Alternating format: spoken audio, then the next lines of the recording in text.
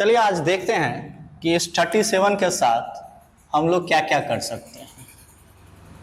इसका ज़्यादा उपयोग नहीं होता है मैथ में, लेकिन ये एक बड़ा ही रोचक अंक है। जैसे मान लीजिए 37 है, अगर हम इसको 3 से मल्टीप्लाई करते हैं तो 111 हो जाता है। कितना हो जाता है? 111। अब देखते हैं, जैसे मान लेते हैं कि 999 है, डिवाइडेड बाय 37 कर देते हैं। हम 37 से इसको डिवाइड करते हैं। तो अब देखिए इसका सबसे अच्छा तरीका क्या है। आप देख रहे हैं ये कितना है? 9। कितना है? 9। और 9 कितना है? 1 2 3। इसको 3 से मल्टीप्लाई कर दीजिए तो कितना हो गया? 27। यानी कि 999 को अगर हम 37 से डिवाइड करते हैं तो हमारा आंसर कितना आ रहा है? 27।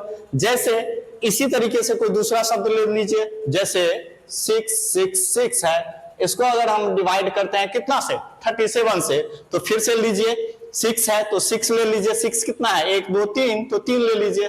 देखिए कितना हो गया? 18।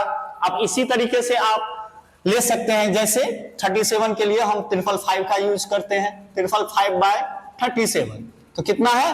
5। और 5 कितने हैं? 3 टाइम्स आ रहा है, तो 5 तिया 15। यानी कि कुल मिलाकर के ये बोल सकते हैं कि ये जो 37 है ये डिवाइड करने में किसी संख्या में कितना आसान हो जाता है। यानी अगर आप इसमें मैथ में आप बैंक या कोई भी एग्जाम दे रहे हैं तो उसमें अगर इस तरीके से पूछता है तो आप ट्रिक के हिसाब से बना सकते हैं।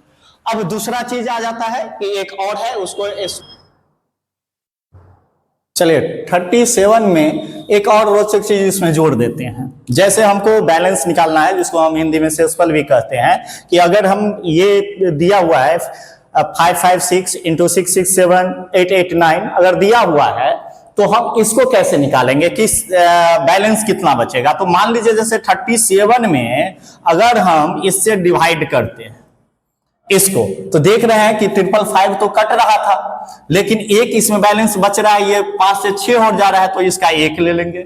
ठीक उसी तरीके से ये 1 ज्यादा हो रहा है, इसका 1 ले लेंगे। ठीक उसी तरीके से इसका 1 ज्यादा हो रहा है तो इसका 1 ले लेंगे। दैट मीन्स 1 इंटू 1 इंटू 1 कितना हो गया? ये अगर हम इसको करते हैं तो टोटल मिला के हो गया 1। यानी कि अगर इस तरीके से आपको कंपटीशन में मैथ पूछे कि कितना इसका शेषफल हो रहा है यानी बैलेंस हो रहा है, तो आप सिंपल सा दे दीजिएगा आंसर 1।